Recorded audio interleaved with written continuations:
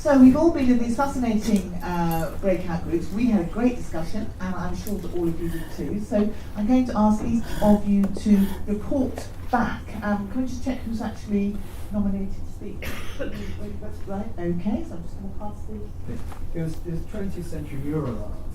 I kind of tried to widen that out amongst us in terms of, is this on? Can you hear me all right? To do with not just 20th century mural art, but 20th century public art. But to really concentrate on, in the context of Duncan Grant, post-war public art. And then we started to get into, some younger people might have said post-witch war. Because we're in this position, period, it seems to me now, that came out of the idea of public art as I kind of configure it. And in terms of the spirit of Grant and the Cathedral and so on, however flawed that might be, the idea of art for the people in terms of this post-war social democracy is a world that's almost disappeared. And I think from there we started to talk about what was sort of public art in terms of whether it's within walls, whether it's outside of walls.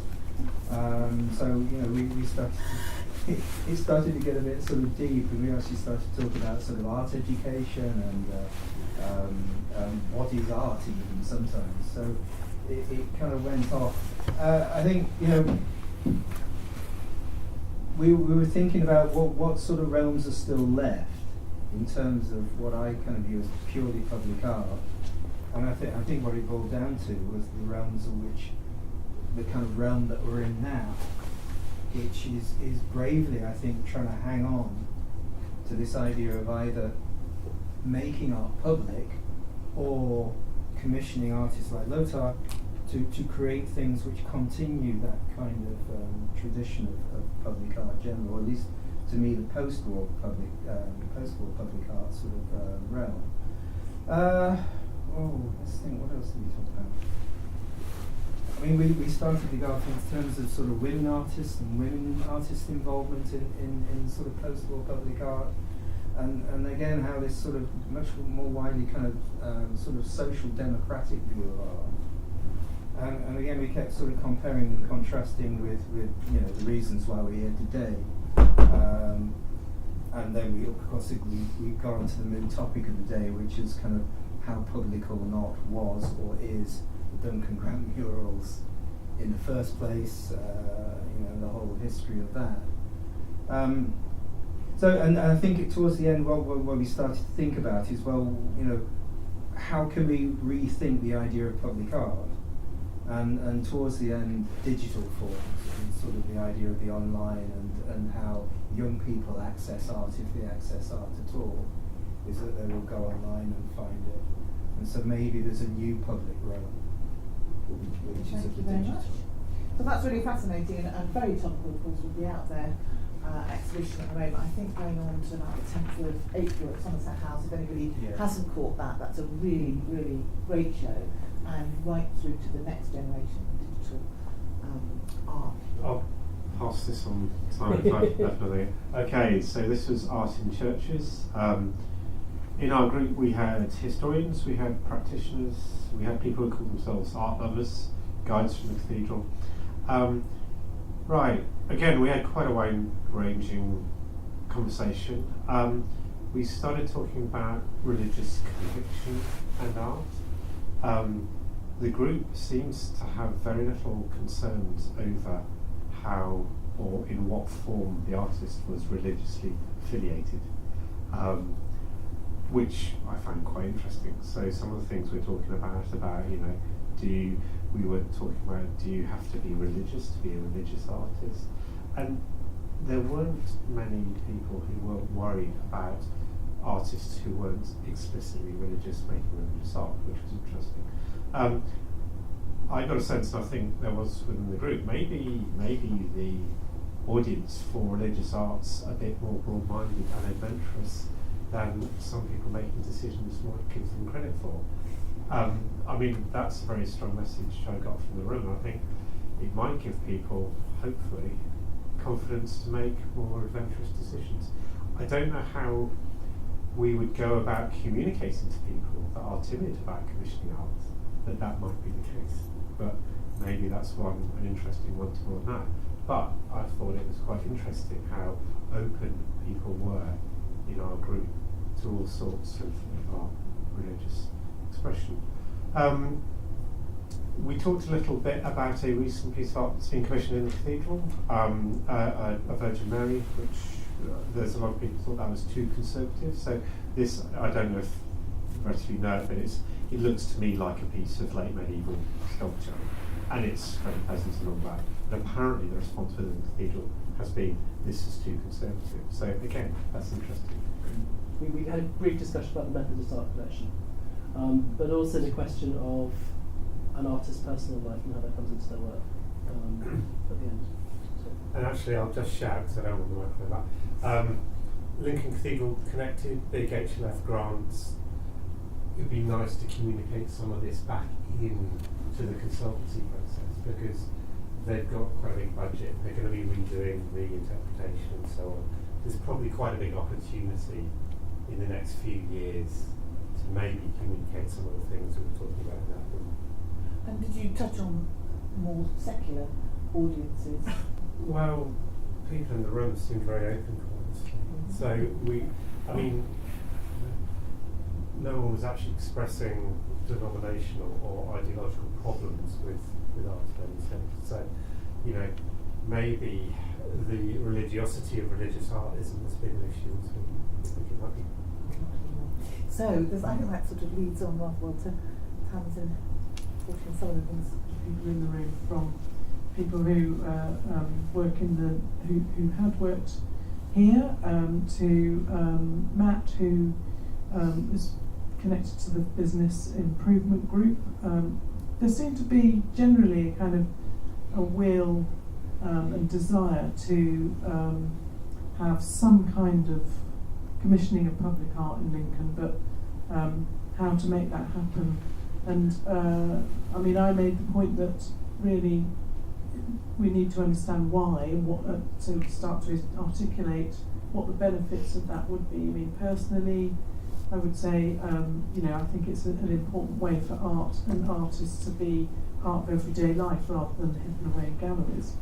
But so we, in terms of the issues around how that can happen, you need, as someone listed at the start, good client, some money, a visionary person. I think this has come up again and again, whether it's a strategic program or a very specific project, it really makes a difference if you have someone at a senior level who drives and supports the project and helps the team delivering on the ground or at whatever level,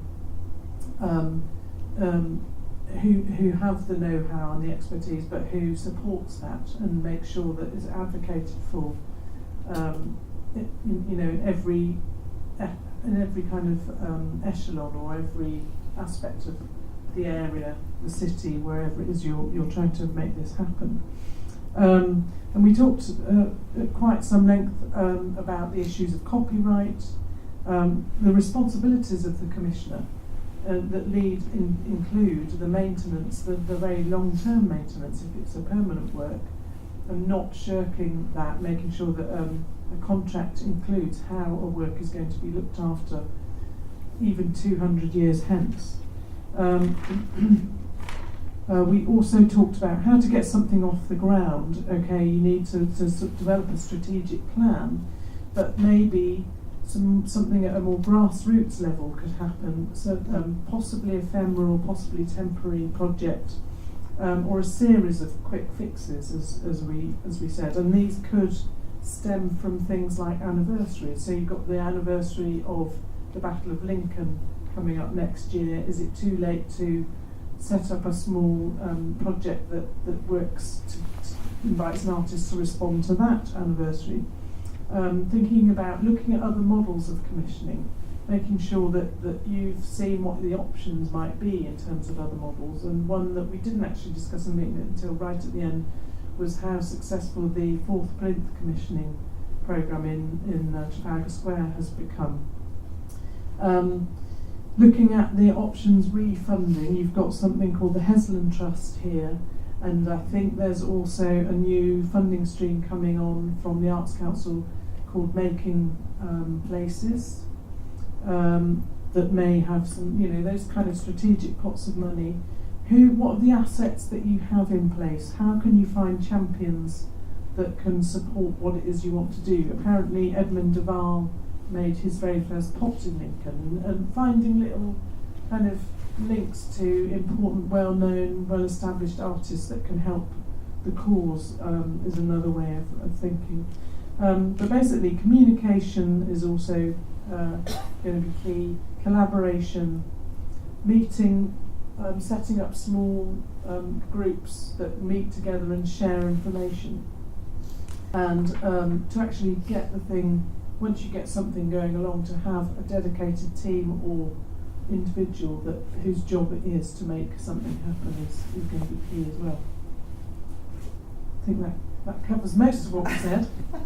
That's brilliant. Yes, I think this idea of having a visionary came out this morning, very much inspirational leadership in some way to really get things off the ground. And I think we really stressed the importance of expertise and nurturing those key stakeholder relationships to really move things forward. And I think benchmarking is something that we really looked at a great deal to show what can be done elsewhere.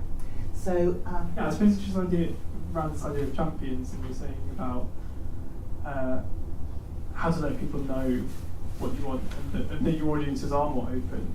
And it's really about telling us, like we have survey forms here which are quite clunky from the Arts Council, but I'm not sure if I speak for Simon as well. Sometimes I'll put a show on and I have 7,000 visitors, and the only one thing I hear is negative. And people don't tend to leave positive comments. So if you give us evidence, if you email us and say we're doing great things and you want more experimental stuff, we have that evidence to then go talk to our seniors about. But if we only have the negative saying it's too risky, we get pushed the other way. So it's about being champions, if you believe in what we're doing. I mean, I found the whole experience here in Lincoln to work on that project extremely fantastic, because it was something where you have not very often actually a chance to do something like that. On one hand, which was very specific, working in this in the chapel, or developing the work in the chapel and in a sacred space, but then having the possibility, and that was for me quite important, to take it out. And that freed myself then again, and being then able to recreate something here in a let's say a secular, completely secular, in an art space, and playing then and looking at religion and at some kind of like spiritual art, and making that visible as something we can look at. And I found that for me was something I was very fascinated by. And I mean, I thought, we did that as well this afternoon. I thought about lots of things. I mean, when I was in the cathedral, I was often really thinking about, like, can I let that spiritual thing which is there in the cathedral just sneak into my thinking, and what does that mean? And I started to rethink as well about public art and how much the social environment actually informs our work and informs our thinking, and that was very interesting. thank you. Okay, and thanks very much to everybody. In response to something, Ashley, that you said about the feedback and the comments, and something that when I was at Art on the Underground, we took great delight in anybody that commented, whether it was negative or positive, because we felt that if we had encouraged through the work that we were doing, that people just happened to see on their journeys on the Underground, we'd encourage someone to feel they wanted to say something back, then we'd done a really good job. So we were engaging them. Somebody once pointed out to me a Venn diagram. If you had a Venn diagram of the people that use the Underground and the people that were interested in art, the overlap is a tiny amount. So what we were trying to do, we had to understand, was trying to interest people in art who had no reason to think about it at all. Genuinely public art. So thank you very much. Also, I think, can I say that one of the things that I thought of in terms of public art is that you would miss it if it wasn't there, even if you never noticed it. You know, as I mentioned, this artist, Mitzi Cunliffe, and she says very much that she wants her sculpture to be sat on, to have things thrown at. She wants to be part of the public realm, that people absolutely find it integrated in their everyday life, and that's back in 1952. Yeah. Yeah. So let's throw it open. We've been talking quite a bit up here. Let's have some feedback from some of you. I thought it was very interesting you saying investing and making quite sure that arts should be maintained.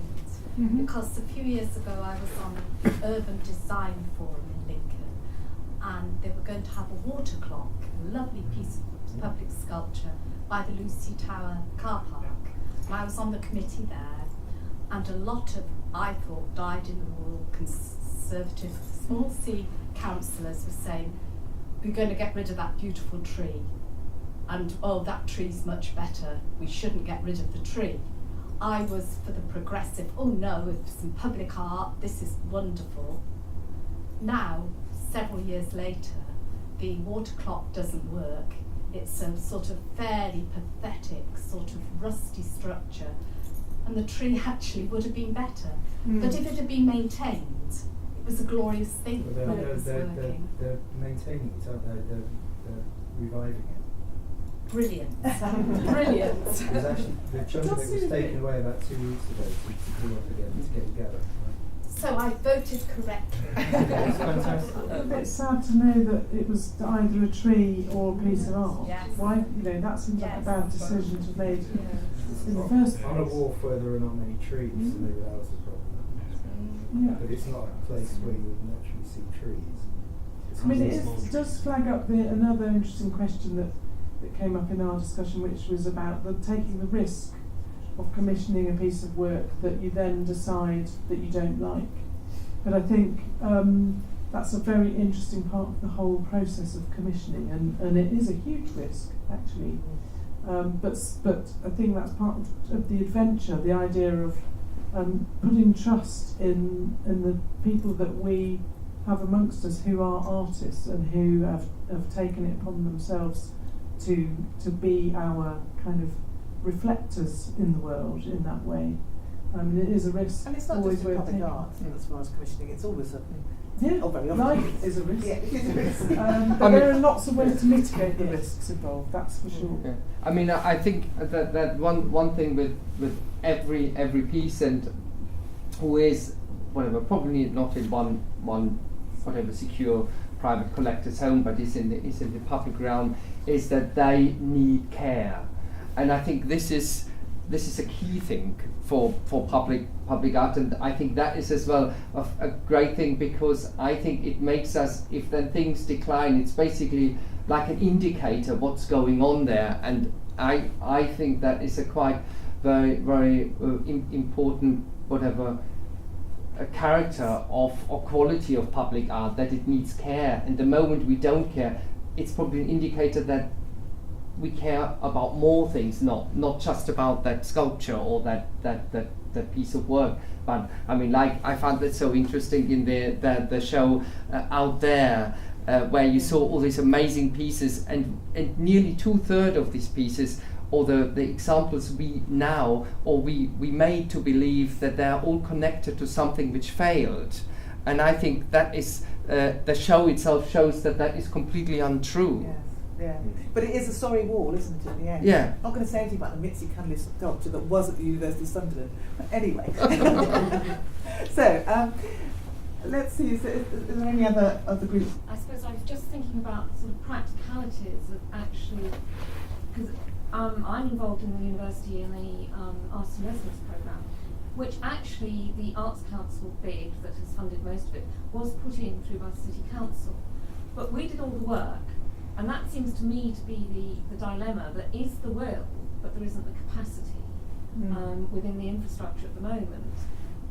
So for people who actually are, living and citizens of Lincoln, how to actually bridge that gap between the will and the capacity, that seems to me to be, one of the fundamentals that has to be tackled. When we talk about tourism and people wanting to come to Lincoln, and there's been discussions about Siemens moving here, and bringing staff to Lincoln and why people would move here and the university growing.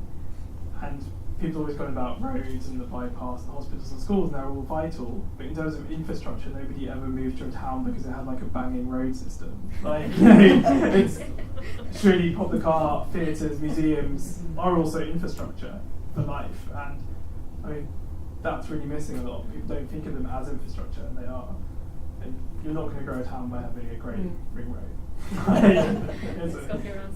Coming here today and be talking as a result of this commission of LOTAR in response to this work, whether it be a public work in the cathedral or not. And I just think, Ashley, you're doing a really interesting job yourself in terms of your innovative thinking around commissioning. And I really, we haven't flagged up on the pun, but we haven't mentioned the discussion we had again at some length in our group about the flag project that you've done out there, which I think is a sort of small scale but a really innovative and interesting and impactful way of Very working. And you know, and I think both these projects, but that project and this project, have had a very interesting way of working as a curator and developing projects. So, you know, this is already an asset for Lincoln, and that should be kind of potentially part of a larger discussion group, perhaps.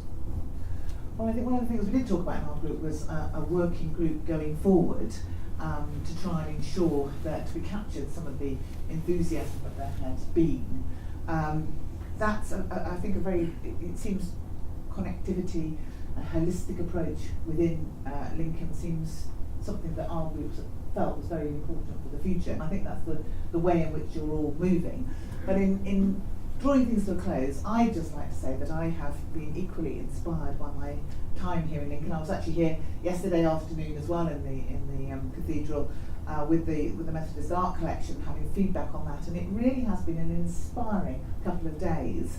I have thoroughly enjoyed the exhibition here. Ashley, Hilary, I think we'd all like to thank you very much indeed for bringing us together and for giving us this great experience to explore so many areas, actually, because we've moved from art in churches to the much, much wider public art commissioning debate. So I think if you could all join me in thanking both Hilary and Ashley and everyone at the University of Lincoln and at the collection here for all their help in this very, very interesting and fascinating day.